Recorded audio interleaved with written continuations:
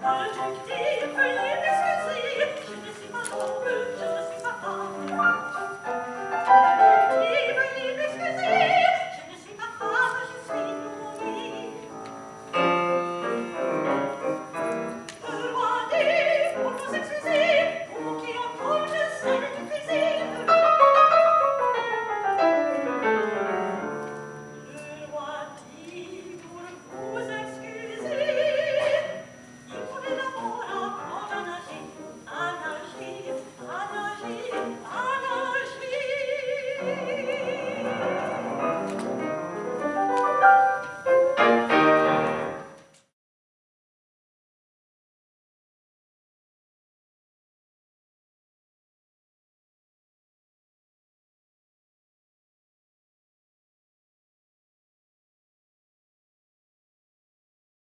name is Antonio Bartri. I'm the head of the cultural office here at the embassy, and I'm pleased to walk you through tonight's program of art, music, memory and poetry to honor the 2014 Holocaust Remembrance Day. But let's get started immediately by introducing the Ambassador of Italy to the United States, His Excellency Claudio Bisogniero, who will give some introductory remarks. Please.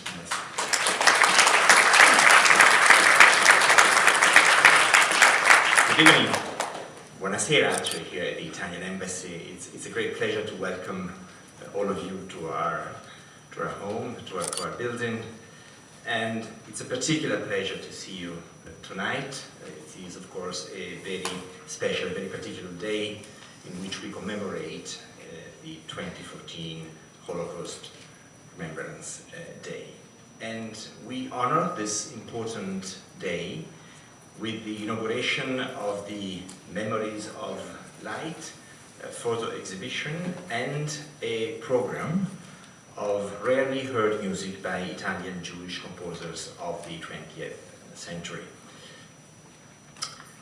An important quote to begin my brief comments, and the quote is, "Not to transmit an experience is to betray it." And the person who said this was, of course, Elie Wiesel, and he was very much right in saying so. Remembering the past and the millions of those who perished in the Holocaust is the least that we can do to honor their memory.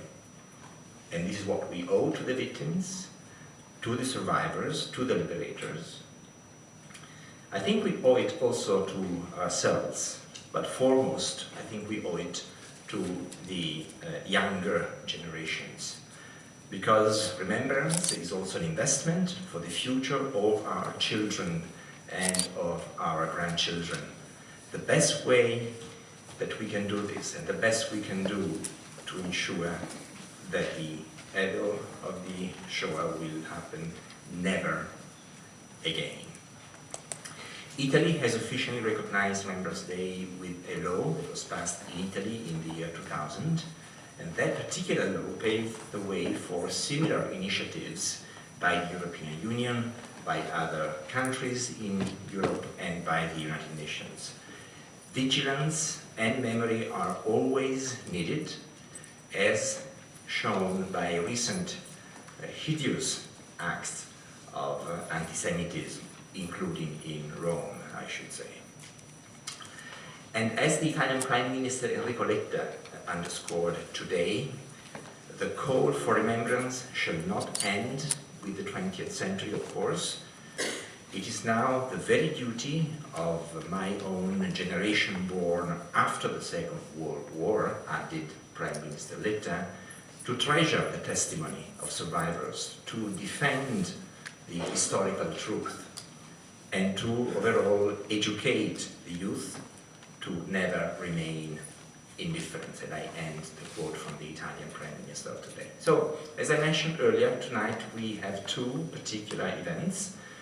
First of all, we have a photo exhibit, which is about the memory of those horrendous days of persecution. But this exhibition is also a celebration. It's a celebration of light. Light as a symbol of hope, of course, to find out the truth about what happened 70 years ago. And Lisa Borgiani's photographs display, and frankly, these photographs in a way shed light on the green Holocaust memorial to the martyred Jews of Europe. It is a positive light which permeates the visitors of the memorial who are at first, lost and disoriented in the labyrinth of the headstone of that particular memorial. Tonight is also about an important musical program, a further connection to hope. The songs that you will hear tonight were composed by Italian Jews who were put through the absurdity of the racial laws. And the songs they wrote are songs from a world which is lost. They are songs rescued from silence. And if you think about it, music and art in general are the deepest expression of what we are, and they represent an eternal legacy of the human soul. Music is created, it is performed, and the memory of those pieces lingers on, and we hope that that will happen tonight as well. What was once lost is now rediscovered and brought back to light and to life. Thank you for your attention.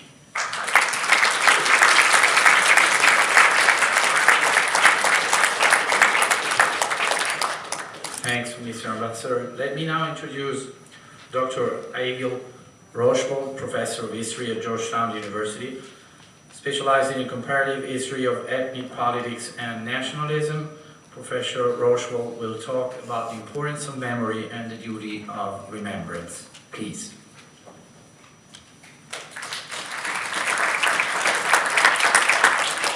Thank you so much, and thank you, Antonio and the Embassy, and Serafina Hager for having me here tonight.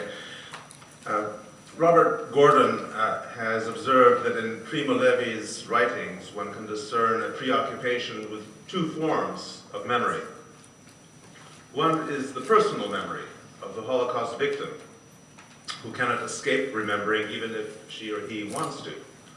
This is memory as suffering, memory as an extension of victimhood. The other is what Gordon terms deliberative memory, the victim's purposeful recollection and recording of his or her experiences in order to fulfill an ethical purpose, whatever that may be, to deny the murderers their objective of utter obliteration of their victims, to keep alive the memory of the dead, to contribute to a collective memory of the Holocaust that will outlive the generation of the Second World War, or simply to ensure that the truth be spoken. This is memory as self-determination. And it is the path that Primo Levi and Elie Wiesel and others took, painful though it was for them. Those among us who are members of the post-1945 generations have the luxury of being free of Primo Levi's dilemma, for we are not burdened by the inescapable personal memory of the concentration camp survivor.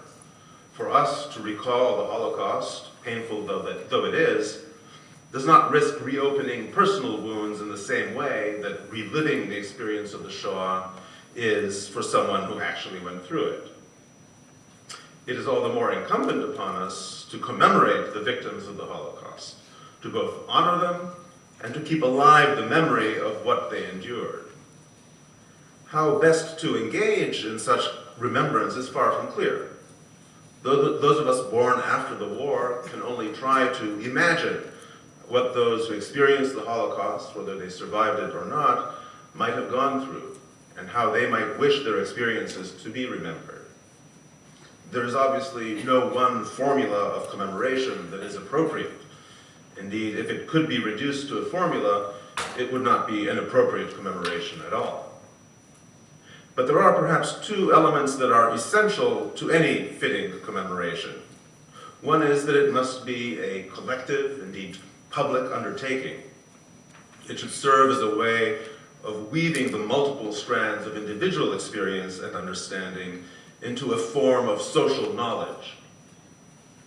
The other is that it should not only reflect the experience of suffering and extinction, but also call to mind the living societies and cultures of Europe's Jews and the Nazis' other victims as they existed before the lights were extinguished.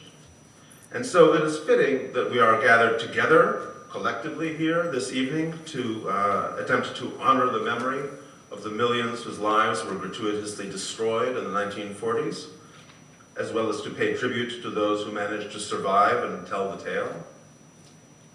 And it seems appropriate that tonight's program focuses not only on the destruction of the war years, but also, as the ambassador made clear, on an aspect, in this case musical, of the living culture that the Nazis and their collaborators sought to nullify.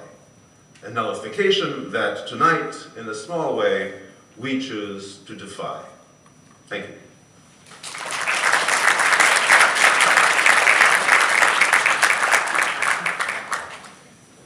Thanks, Professor Rochefort. Let me now pass the floor to Ms. Lisa Borgiani, the Italian photographer whose photo painting installation we are presenting tonight. Unfortunately, we will not have a Q&A session, but if you have any questions about the exhibit, please feel free to talk to the artist at the end of this program. Please, Lisa.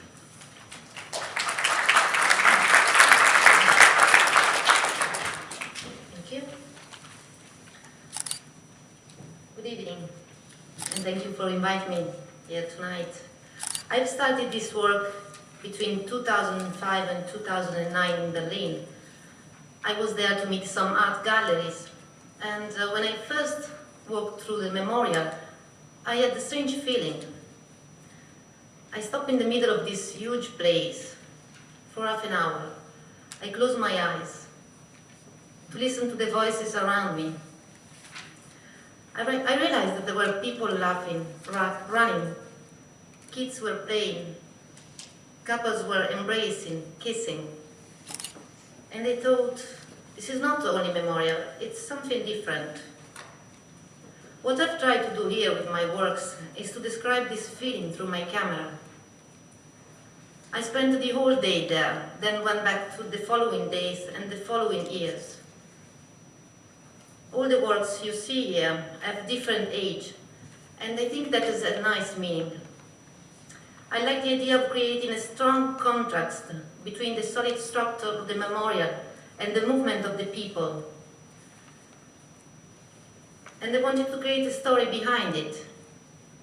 The movement of the people remind me the light, hope, life. There is a beautiful Jewish word I like to say. Tikkun olam means to repair the world, anyone in the best way he can, sharing responsibilities.